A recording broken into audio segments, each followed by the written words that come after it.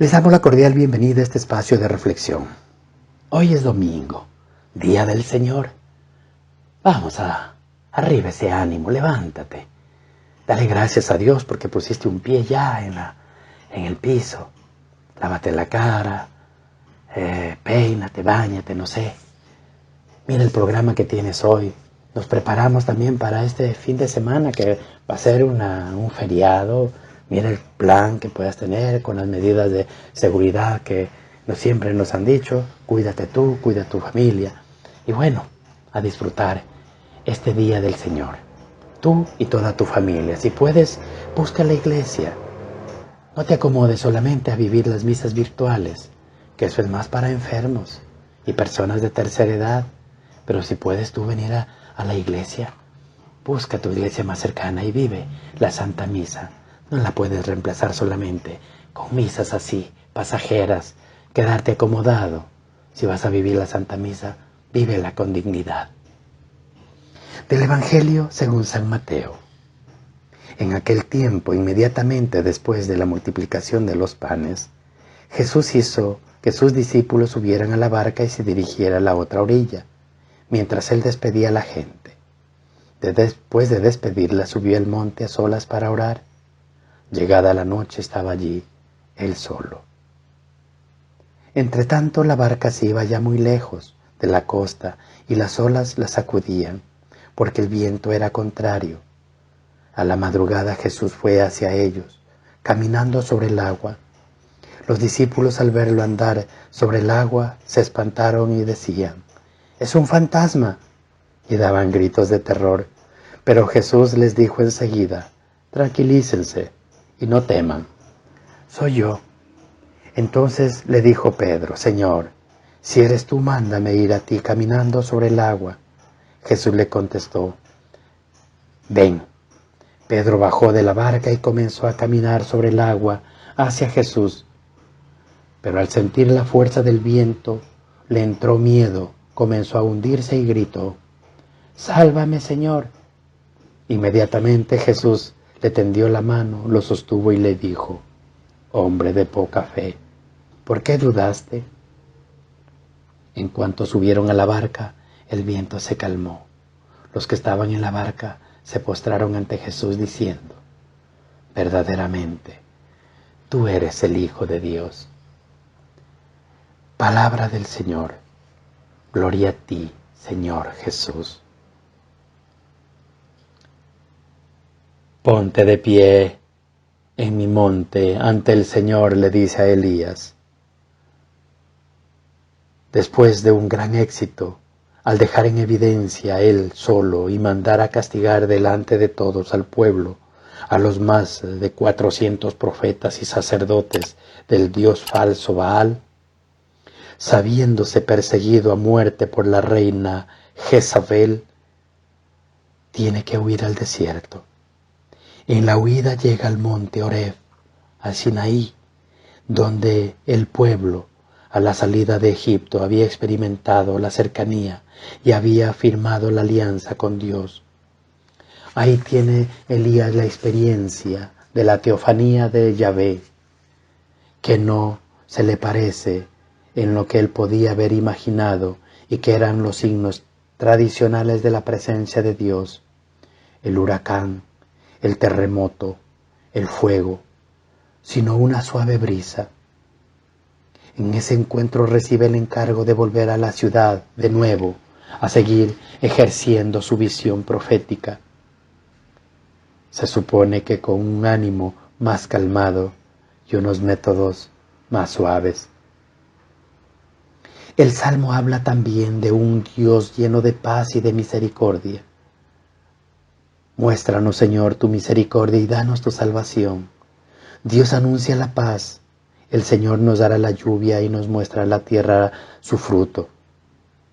Jesús y los discípulos se encuentran en la orilla del lago al caer la noche, después de la multiplicación de los panes. Parte del pasaje propuesto también es narrado por Marcos y por Juan. El episodio de Pedro se encuentra solo en Mateo. Algunos comentadores sostienen que se trata de una aparición de Jesús después de la resurrección. Viene así aclaradas las dificultades de la Iglesia y la necesidad de una fe más grande en Jesús resucitado. Mándame ir hacia ti caminando sobre el agua. Después de multiplicar los panes y de dar de comer a la gente, al llegar la noche Jesús se retira solo al monte a orar. Los discípulos, mientras tanto, adentrándose en el lago, estaban pasando momentos de apuro por el viento recio y contrario que zarandeaba su barca, y eso que eran pescadores de profesión. Momento que se convierten en pánico y en gritos cuando en la oscuridad ante el amanecer ven venir hacia ellos a Jesús caminando sobre el agua, tomándolo por un fantasma, hasta que oyen su voz tranquilizadora. Mateo es el único que añade el episodio de Pedro, que pide a Jesús que lo deje caminar también a él sobre el agua, pero luego pierde la confianza, tiene miedo a hundirse y es salvado por la mano de Jesús. Las tempestades de la Iglesia y de cada cristiano es fácil ver en el episodio de hoy una imagen de las numerosas tempestades que ha tenido que sufrir la comunidad de Jesús a lo largo de los siglos, con vientos realmente contrarios, también los que sufren cada uno de nosotros en algún momento de nuestra vida, hasta el punto de que nuestra barca personal también amenaza y a veces con irse a pique por circunstancias contrarias e internas o externas. A la Iglesia se le ha comparado desde siempre como una embarcación en la barca de Pedro. Todos sabemos que ha tenido tempestades fuertes a lo largo de los siglos y sigue teniéndolas ahora, a veces combatidas desde afuera, con vientos fuertes y olas encrespadas, y otras desde dentro, con el mar de fondo. También tenemos la experiencia de que a veces nos vienen a los labios oraciones como la del Pedro: sálvanos, Señor, que perecemos. Jesús es un hombre de oración. Jesús ora en la soledad de la noche, a la hora de la comida, con ocasión de los acontecimientos más importantes en el bautismo, antes de escoger a los 12 para enseñar a orar, antes de la confesión en Cesarea, en la transfiguración, en el Getsemaní, sobre la cruz. Ruega por sus verdugos, por Pedro, por sus discípulos, por los que le seguirán. Ruega también por sí mismo. Enseña a orar, manifiesta una relación permanente con el Padre, seguro de que no dejará nunca solo, no nos va a dejar, y lo escucha siempre. Ha prometido seguir intercediendo en la gloria. Y con esa confianza que les da a sus discípulos, vemos que los milagros que nos cuentan los evangelios fueron considerados durante siglos como una prueba de la divinidad de Jesús. Ni siquiera sus enemigos en vida cuestionaban lo que realizaran portentos, sino que le acusaban de hacerlo con el poder del maligno. Sin embargo, a partir del siglo XVIII, por influencia del racionalismo ilustrado, los milagros se convirtieron para la mentalidad occidental en un problema que había que explicar. A la mentalidad moderna le empiezan a perturbar estas acciones que interpreta como una violación de las inquebrantables leyes de la naturaleza que el mismo Dios había establecido. Hubo algunos autores que llegaron a afirmar que si Jesús realmente había caminado sobre las aguas, debió beberse, en realidad, en algún tipo de mecanismo con tablones que flotan sobre el agua. Había que salvaguardar el orden de lo natural. Hoy día, la mayoría de los historiadores consideran probado que Jesús fue tenido en vida por alguien que verdaderamente realizó prodigios a los ojos de sus contemporáneos. No se puede determinar con exactitud qué acciones concretas fueron y de qué tipo, aunque parecen que principalmente se trataron de curaciones. La fe de los milagros, es decir, la fe que originan los milagros, no es la fe de los milagros, es decir, la fe que pueden producirse hechos extraordinarios, sino la confianza en Dios. Es la fe la que mueve montañas. El contenido propio de esta fe no está el tan solo hecho extraordinario en sí, sino Dios.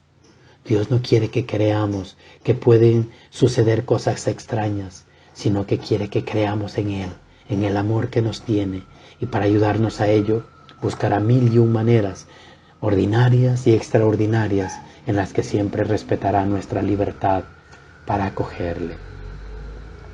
Por eso que en el Evangelio de hoy nos trae un conocido episodio que con diferentes matices encontramos también en los Evangelios de Marco y Juan.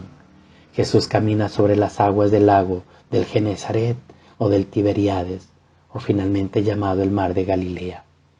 Este episodio recuerda inevitablemente otra vida de la de Jesús en la tempestad calmada. De nuevo una barca en la que se encuentran los episodios, una situación en peligro en la que Jesús interviene, trayendo a la salvación y reclamando fe y reacción de admiración y de reconocimiento por parte de los discípulos hacia el Maestro. Los discípulos no saben cómo interpretar aquella visión. Piensa que puede ser un fantasma. Ante su temor, Jesús les transmite ánimo y paz a través de su palabra. Y Pedro, como en otras ocasiones, recurre a la autoridad del Maestro y pide poder ir junto a él, aunque él suponga algo tan imposible como caminar sobre el agua. Al principio todo va bien, porque Pedro tiene puesta toda su confianza en el mandato de Jesús. Ven. Esa confianza le hace capaz de ni más ni menos caminar sobre las aguas, pero la fuerza del viento le asusta, surgen dudas y comienzan a hundirse. Pedro de nuevo recurre a Jesús y le pide que le salve. Jesús lo rescata del peligro. ¿Por qué has dudado?, le pregunta el Maestro. Como consecuencia de todo lo sucedido, se produce la confesión de fe. Realmente tú eres el Hijo de Dios. Los teólogos medievales conocían poco del texto histórico de la época de Jesús. Aún no habían desarrollado suficientemente las herramientas propias de la ciencia histórica y por eso identificaban la literalidad del texto bíblico con los acontecimientos históricos, pero aún así tenían muy clara la finalidad del relato bíblico, que no era hacer un reportaje de lo sucedido. La Escritura tiene un sentido profundo, decía, y va más allá de lo literalmente dice el texto. Es evidente el mero hecho de que Jesús y Pedro caminen sobre las aguas. Por sí solo no genera mucho más que fascinación y desconcierto. La cuestión es que nos está diciendo el hecho sobre Jesús, sobre sus discípulos y sobre nuestra relación con Él. La palabra de Jesús nos saca de la parálisis del miedo y, si confiamos en Él, nos hace capaces de caminar sobre las dificultades, por grandes que éstas sean. Siempre escucha nuestra oración y nos auxilia, aunque nos ahoguen las dudas y solo nos quede fe para pedir ayuda. Gloria al Padre, al Hijo y al Espíritu Santo, como era en el principio, ahora y siempre, por los siglos de los siglos. Amén.